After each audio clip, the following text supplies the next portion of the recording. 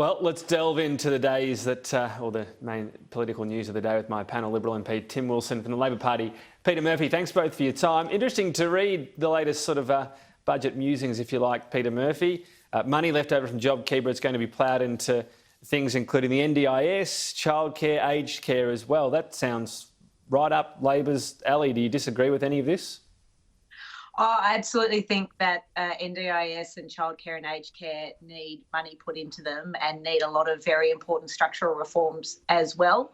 It's always important, though, of course, with the Morrison government to get the full detail of the announcement to see what they're actually doing, because we have had a number of announcements in those areas before that when you actually look at the detail where the devil is, they don't deliver what the promise is. You know, the childcare policy announced over the last few days turns out doesn't start for another 12 months. And a lot of Australians miss out, and those with one child don't even know if they're going to be covered. So let's just wait and see what they not just announce, but what they actually do. Interested in your thoughts, Tim, on debt. Are you worried about our long-term capacity to pay down debt? Once upon a time, it was a Liberal mantra. It is still, I think, fundamentally is a Liberal mantra, but we're also adjusting to circumstances. We went into this crisis with comparatively a low level of debt and a relatively fiscally responsible position with a clear commitment for repaying existing debt over the next few years and to be able to continue to do out to the end of the decade.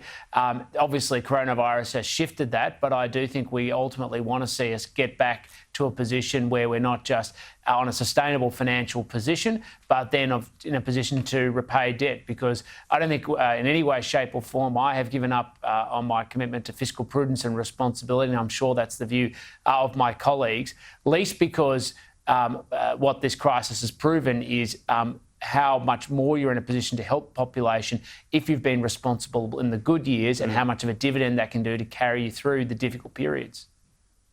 You might be father of the house by the time the debt's being paid off in a meaningful way. Maybe I'll still be talking to you, who knows. Economic predictions, though, are pretty good right now, Peter. A booming economy, essentially. Labor's task at the next election, it's looking increasingly hard, isn't it? The economy's improving so much. What's Labor going to run on? Some parts of the economy are improving, but for a lot of people, life is still a significant struggle and they feel forgotten and left behind. And again, what we'll run on is not just making big announcements, but actually delivering what the community needs. You know, we've heard another announcement from the Prime Minister about a National Resilience Agency when there's $4 billion worth of funding that was announced 2 years ago, which hasn't been spent. You know, and this is a government that has been tainted by sports rorts and $30 million for 3 million worth of land in airports and waste, and JobKeeper going to big businesses and not being asked to pay it back, but yet average Australians who got overpaid by Centrelink being hounded to the ends of the earth.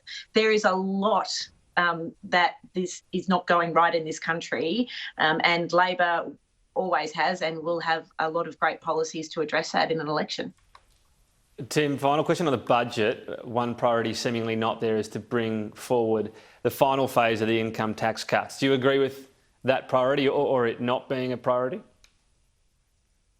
Well, as you know, Tom, I'll always be in favour of tax cuts, no matter what's very much the circumstances. But, you know, going back to your point before about sustainable financial position, we have to make sure that these decisions are done where they're sustainable, because we don't want to give on one hand and take away. So those are obviously the things that are going to be considered in the budget. What is sustainable to provide the support and assistance Australians need, while also reducing the tax burden, both in terms of bracket creep and also making sure we keep revenue as a percentage of GDP as low as we can, because in the end, Liberals believe in empowering individuals and families and communities, the foundation of the success of the country, not empowering Canberra to dictate terms and make people conform to what comes out of Canberra. So these will be considered. Of course, I'll always support a tax cut, but it needs to be done in a prudent and responsible way for the long-term health of the budget and, of course, for our debt position as well.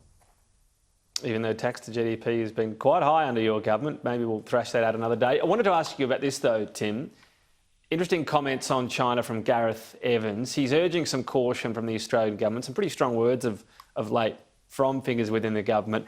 He says that China wants to be a rule maker, yes, not just a rule taker, but it's not hell-bent on domination. Do you agree? I agree with both of those sentiments, actually. I agree that China wants to influence global rules. They've made that abundantly clear. You just need to go to their own words. But I think we need to be very cautious about accepting the terms in which they want to rewrite rules and whether we can get international consensus, at least because the international rules-based order we have clearly is designed to encourage all nations to be able to stand up on their own 2 feet. And while there is obviously an honest discussion in the community about some of the challenges we face with China, I think the objective with Australia has always been to maintain peace and stability. But we're going to do it as part of a community of nations who are sovereign, not one where we have a nation which sees every policy through the lens of solely its own interests. I don't think China wants to dominate, but they do want to guarantee supply chains, and they do have a very clear-eyed view about what's in their national interest. And I think we need to have exactly the same clear-eyed view about what's in our national interest too. So are you concerned about any particular rules per se they're trying to write? Well, there's lots of things that are going on in lots of international institutions at the moment, whether it's because there is an engagement, and this is one of the things I was most critical of Donald Trump was disengaging from multilateral institutions, which enabled there to be an attempt at influence to change their trajectory. And I think when we want to change rules, I think we need to do it as a global community. We're not allowing one country ultimately to decide the direction of international institutions which are there to serve our common humanity and a community of nations. Peta, what are your thoughts? I suppose just broadly, China is rising. On what you think its intentions are? Look, I agree with Tim.